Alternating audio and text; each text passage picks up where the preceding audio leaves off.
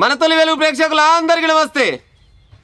Konda Surekha versus Ponguleti Srinivasa Reddy ఇద్దరికంట ఇప్పుడు పచ్చి గడ్ల మంది ఏమంటారు కదా, నిప్పేస్తే బగ్గున మంటమంతా చూసిరా, ఇంకొక గట్ల అవుతుందంట.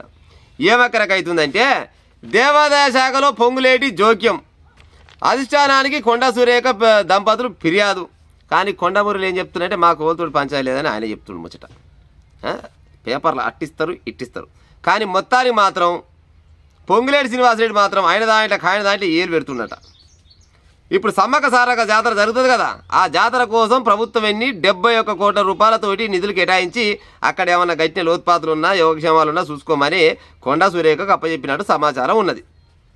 మరి అక్కడ ఉన్న లోకల్ లీడర్లు ఎవరున్నా కానీ స్థానికంగా ఉన్న వాళ్ళు రేపనాళ్ళు ఓట్లు పడాలన్నా లేకపోతే మేము చేయించిన వాళ్ళని పేరు రావాలన్నా కానీ జరంతా ముందర పడి పనిచేస్తుంటారు. అది ఏడనైనా గదే పనిచేస్తారు.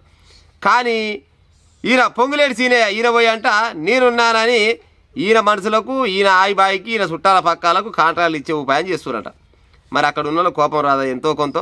అరే మేము ఇక్కడ లోకలలో ఉంటివి, మరి మాకు కూడా ఇంత పని దొరకాలి, మరి మమ్మల్ని నమ్ముకొని ఉన్న వాళ్ళు కూడా ఉన్నారు కొంతమంది అని వాళ్ళకైతే ఎంతో కొంత ఉంటుంది కదా. అందుకోసం పెద్దలు ఒక సామెత చెప్పారు, ఈపి గోకమన్నప్పుడు అంటే ఈపే గోకాలంట, పిర్రగిచ్చితే లేనిపోని పంచాయతీ.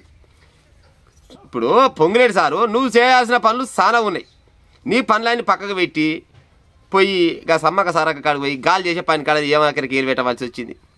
ఆమె నీ అంత మనిషి కాదు, ఆమె కూడా ఇప్పుడు కొండ సూర్య కంటే కూడా ఆమె చిన్న మనిషి కాదు. మరి ఆమె కప్ప చెప్పిన పని ఆమె చేసుకోవాలి, కానీ ఆమె పనిలో పోయి మళ్ళీ నీ జులిమేందే నాకు అర్థం కాదు. కానీ ఆడ ఈ రాష్ట్రంలో ఉన్న సమస్యలన్నీ లేవని అంటే ఏడైతే పైసలు ఎక్కువ ఉంటాయో గాడి పోవాలి, గాడి ఏలు పెడితే 4 రూపాయలు మిగులుతాయి, గాడ దోస్తుగాళ్ళకో కులం వాళ్ళకో తలం వాళ్ళకో ఇస్తే జరంతా 4 పైసలు వస్తాయి అని ఆలోచనతో పోయినట్టు గుర్తుంది. ఇంకో గిసోటి పని చేస్తేనే కదా ఇప్పుడు తెలంగాణ రాష్ట్ర వ్యాప్తంగా మొత్తం రెడ్డిలదే నడుస్తుంది, మా బీసీలో నడుస్తలేదు, ఎస్సీలో నడుస్తలేదు. ఈ రెడ్డిలను కాస్త దూరం పెట్టాలని ఆలోచన వచ్చింది. గిసోటి పని చేయడం వల్లనే వచ్చింది. గిసోటి పని చేస్తారు, మళ్ళీ మేము చేయలేదని అంటారు. ఇప్పుడు మీరు చేయకుంటే గీలోనికి గీత పెద్ద పేపర్లు రాకపోవు కదా. అందుకోసమనే శ్రీనివాసరెడ్డి పటేల నీకు అప్పచెప్పిన పనులు చాలా ఉన్నాయి, తెలంగాణ రాష్ట్రంలో చేయాల్సిన పనులు చాలా ఉన్నాయి. గా పనుల మీద దృష్టి పెట్టి ఉపాయం చేయి, కానీ ఆయన దాంట్లో పెట్టి ఒక గిసోటి ఇకారం తప్పిన పని చేయకు. సామెత మళ్ళీ చెప్పారు పెద్దలు, ఏం చెప్పారు, పురుగు పూసి తిని పుట్టలు ఉండాలి కానీ ఊరుశుద్ధులు మొత్తం నాయన సామెత ఉంది కదా.